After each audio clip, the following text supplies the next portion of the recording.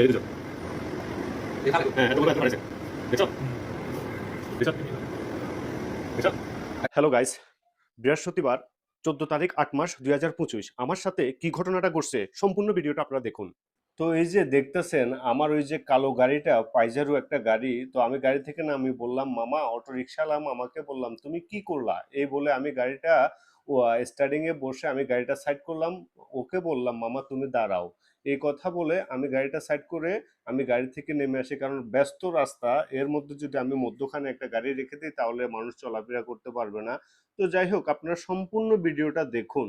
সত্যি এরকম মনমোহান্তিক ঘটনা যাইতে আর কারোর সাথে না ঘটে। তো তার সাথে আমার সাথে কথা কাটাকাটি চলতেছে, এক পর্যায়েও আমাকে মানে একটা গায়ে ধাক্কা দিছে। ধাক্কা দেওয়ার পরে আমি বললাম তুমি এটা কি করছো, কয় যে কি করছি।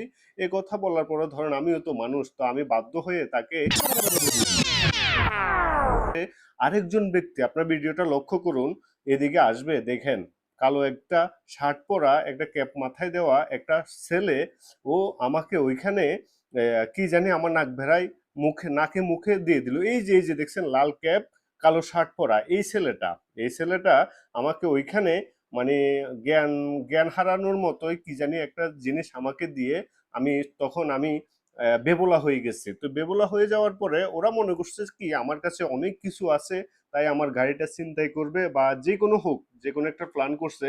তো ওইখানে আমি সবকিছু মানে স্মৃতিশক্তি হারিয়ে ফেলার পরে আমি বসে গেলাম। তারপরে একজন পথযাত্রী, অনেকগুলো মানুষ, তার আগে দেখেন এই যে অটো রিক্সা আরেকটা আসছে, তাদের এটা চক্র।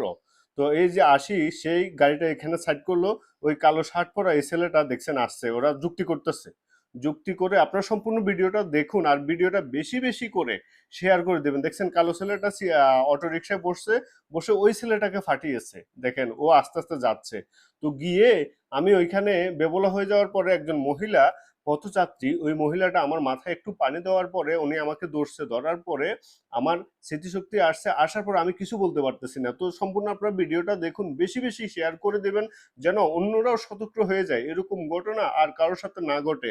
তো যে লাল গেঞ্জি ছেলেটা গেছে, ও কিন্তু ওই যে আমার বাম পাশের দরজা খুলে আমার গাড়ি থেকে আমার মানি ব্যাগ, আমার যাবতীয় আমার অনেক কিছু ছিল, তো অনেক কিছু আর নেয়। ওরা মূলত টার্গেট করছে আমার মোবাইল ফোন, মানি ব্যাগ, কিন্তু মোবাইলটা নিতে পারে নাই। মোবাইলটা আমার পকেটে ছিল, মানি ব্যাগটা নিয়ে গেছে। তো মানি ব্যাগে সামান্য কিছু টাকা ছিল আর আমার লাইসেন্স আর আমার একটা ব্যাংকের কার্ড ছিল। তো যাই হোক, ওরা বেশি লাভবান হবেও সবাই সতর্কতা ভাবে চলবে। ভিডিওটা বেশি বেশি করে লাইক কমেন্ট শেয়ার করে দিন। এই যে দেখছেন এই ছেলেটা